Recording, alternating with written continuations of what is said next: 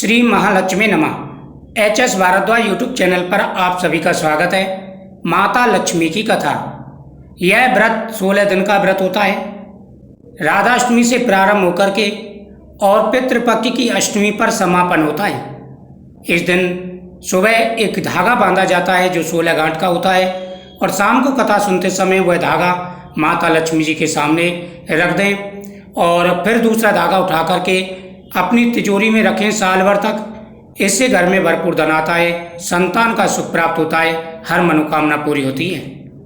एक समय महाराज युधिष्ठिर भगवान श्री कृष्ण से कहते हैं कि हे प्रभु, नष्ट हुए अपने स्थान की पुनः प्राप्ति कराने वाले, पुत्र आयु ऐश्वर्य तथा मनवांचित फल देने वाले किसी एक व्रत को मुझसे कहिए। श्री कृष्ण ने युधिष्ठिर से कहा, सतयुग के प्रारंभ में जिस समय दैत्यराज व्रतासुर ने देवताओं के स्वर्गलोक में प्रवेश किया, उस समय इंद्र ने यही प्रश्न नारद जी से पूछा था।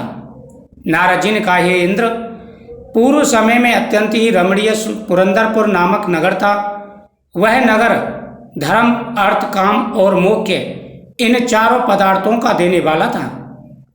उस नगर में मंगलसेन नाम का राजा राज्य करता था, जिसकी 2 रानियां थीं। एक का नाम चिल्ला देवी तथा दूसरी का नाम चोल देवी था। एक समय राजा मंगल सेन अपनी रानी चोल देवी के साथ घर यानी महल की छत पर बैठे थे और समुद्र के बीच में उनको एक टापू नजर आया।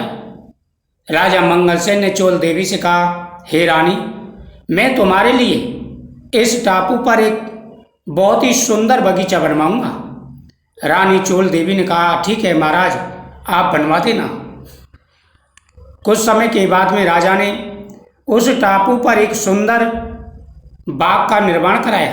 कुछ ही समय में उस बाग में अनेकों प्रकार के पुष्प खिलने लगे, अनेकों प्रकार के फलों के पेड़ हो गए और वह बाग नंदन वन के समान प्रतीत होने लगा।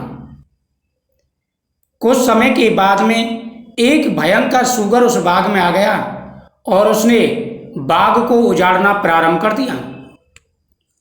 उस सूगर ने चारों तरफ त्राय त्राय मचा दी, रक्षकों को मारना शुरू कर दिया और पूरे बाग को उजाड़ दिया।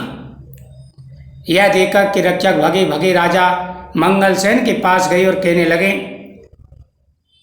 कि राजन, हमारे बाग में यानी आपके बगीचे में एक सूगर घुस आया है जिसने पूरा बगीचा उजाड़ दिया है। यह सुनकर के राजा को बड़ा क्रोध आया। राजा ने सेना तैयार की और आदेश कर दिया, जिसकी तरफ से यह सूगर निकलेगा उसको मैं सजा दूंगा, अगर उससे सूगर नहीं रुका तो। देव योग से वह सूगर राजा की तरफ से ही निकल गया। राजा सूगर के पीछा करता करता एक घने जंगल में जा पहुंचा। जंगल में जाकर के राजा सूगर की तलाश करने लगा। तभी राजा को सूगर दिखाई दिया। राजा ने बाण निकाला और सूगर को मार दिया। तभी सूगर के शरीर से एक दिव्य पुरुष निकला और वह विमान में बैठकर के राजा से कहने लगा कि हे राजन, आप धन्य हैं। आप पर माता लक्ष्मी की विशेष कृपा होगी, ये मैं आपको आशीर्वाद देता हूँ। राजा ने कहा, तुम कौन हो और सूगर कैसे हुए? उन्होंने कहा, मैं चित्ररथ नाम का गंधर्व था। ब्रह्मदेव की सभा में मैं गान कर रहा था और गान करते करते अचानक से मेरा सुर ताल बिगड़ गया, जिसकी वजह से ब्रह्मदेव ने मुझे श्राप दे दिया और कहा कि तुम सूगर जाकर के सूगर बन जाओ। हे राजन, जब मैंने ब्रह्मदेव से प्रार्थना की तो ब्रह्मदेव ने कहा, राजा मंगलसेन तुम्हारा वध करेंगे और उनके हाथ से तुम्हें मुक्ति की प्राप्ति होगी। हे राजन, मैं तुम्हें आशीर्वाद देता हूँ, तुम्हें शीघ्र ही माता लक्ष्मी की कृपा प्राप्त होगी। राजा मंगलसेन कुछ आगे चला था, तभी उसे एक बटुक ब्राह्मण नजर आया। राजा ने उससे पूछा, तुम कौन हो? उन्होंने कहा, महाराज, मैं आपके ही राज्य का एक ब्राह्मण हूँ और मैं आपके साथ रहना चाहता हूँ। राजा ने कहा, ठीक है, मेरे लिए जल की व्यवस्था करो। अब वह चारों तरफ जल देखने लगा। कुछ समय बाद उसे एक तालाब दिखाई दिया। वह सरोवर बड़ा ही सुंदर था, कमल के पुष्प उसमें खिल रहे थे। राजा जैसे गया, उसका घोड़ा कीचड़ में फंस गया। बटुक थोड़ा सा आगे बढ़ा और बटुक का जो घोड़ा था जो राजा का घोड़ा था बटुक लेके गया था उसे, वह कीचड़ में फंस गया। बटुक ने देखा उस नदी के किनारे कुछ महिलाएं किसी देवता की पूजा कर रही हैं। वह उनके पास गया और पूछने लगा कि आप ये क्या कर रही हैं। उन्होंने कहा, ये बटुक ब्राह्मण, हम माता लक्ष्मी का पूजन कर रहे हैं। यह माता लक्ष्मी का व्रत है, इसके करने से सभी प्रकार की मनोकामनाएं पूरी हो जाती हैं। बटुक ने भी वह कथा सुनी और एक धागा लेकर के वह राजा के पास आया। राजा को जल पिलाया, फिर राजा को कथा सुनाई और धागा लेकर के राजा के हाथ में बांध दिया। राजा और बटुक दोनों ही अपने राजमहल में आ गए। राज के लोगों ने राजा का स्वागत किया। राजा चोल देवी के पास गया।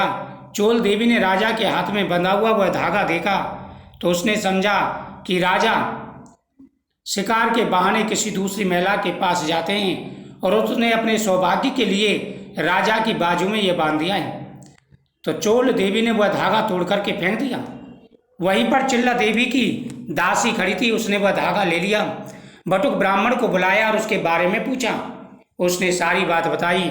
उसने चिल्ला देवी को सारी बात बता दी और जाकर के वह 16 गांठ का धागा, माता लक्ष्मी का धागा, चिल्ला देवी को दे दिया।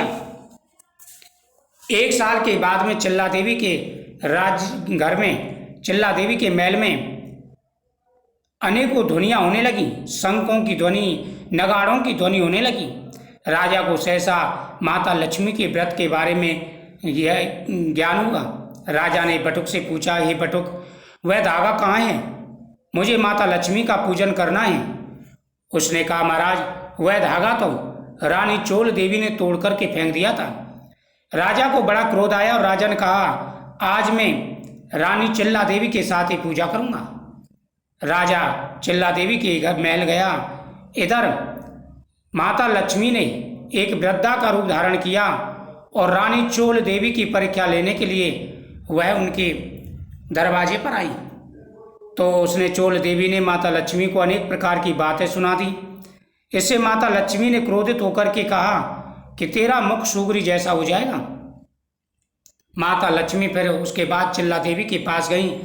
चिल्ला देवी ने उनका आदर सत्कार किया तो माता लक्ष्मी ने उसे आशीर्वाद दिया, अटल सौभाग्य प्राप्ति तथा धन धान का आशीर्वाद दिया। राजा रानी ने दोनों ने साक्षात माता लक्ष्मी का पूजन किया।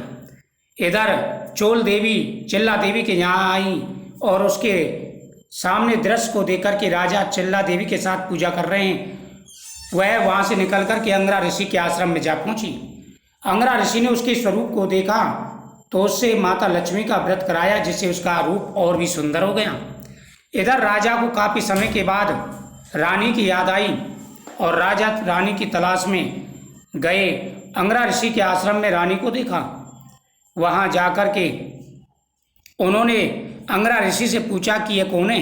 अंगरा ऋषि कहने लगे कि राजन, यह आपकी पत्नी है और आप इसे लेके।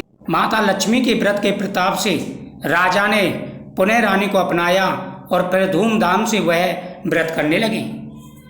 भगवान कृष्ण ने धर्मराज युधिष्ठिर से कहा कि हे राजन, तुम्हें भी यह व्रत करना चाहिए।